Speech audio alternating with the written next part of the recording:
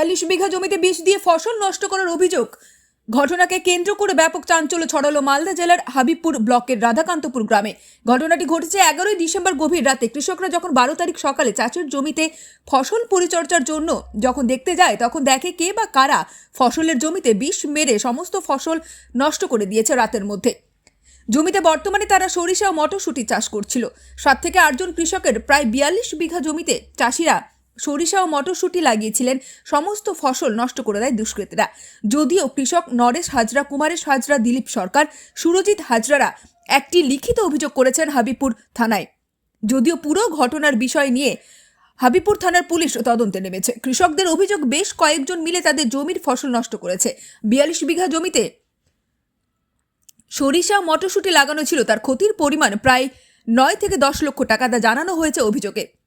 থানায় অভিযুক্তদের নাম ধরে কমপ্লেন করা হয়েছে। পুরো ঘটনাটির বিষয় নিয়ে হাবিবপুর থানার পুলিশ ক্ষতিগ্রস্ত জমি পরিদর্শন করে যান। সব থেকে বড় বিষয়, কেন অসহায় কৃষকদের জমিতে বিষ মেরে ফসল নষ্ট করলো তা নিয়ে তদন্ত করছে পুলিশ।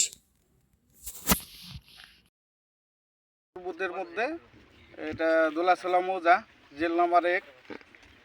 এখানে ফরেস্ট নিয়ে আগের থেকে ঝামেলা। এইবার ওই যে 2 মাস গত হলো। এই 2 মাসের মধ্যে একটা মিল চাউলের জন্য থানায় ডেকেছিল আমাদেরকে। থানায় ডাকার পর এখানে 2টা পক্ষ হয়ে গেছিলো। 2টা পক্ষের মধ্যে এক পক্ষ বললো যে আমি যদি জমি না খেতে পারি, কাউকে খেতে দেবো না। এর জন্য কিন্তু টোটাল ফরেস্টটাই বন্ধ করা হলো। থানায় লিখিত আছে ওটা। সে হলো বিমল সরকার। ও বললো আমি যদি খেতে না পারি, কাউকে খেতে দেবো না। ওই বিমল সরকার, ওনার বাড়ি কোথায়? ওনার বাড়ি রামকৃষ্ণপুরে। তারপরে ওরকমই আছে ফরেস্টের ওইভাবে। ওরা এখন কোথায় দৌড়ালো, নেতা টেতা নিয়ে দৌড়াচ্ছে। দৌড়াতে কোনো কাজ হয়নি। এর জন্য থানা থেকে সেবিকও দিয়ে রাখছে এখানে এই আমাদের বুথে, যে কেউ ফরেস্ট চাষ করে নাকি।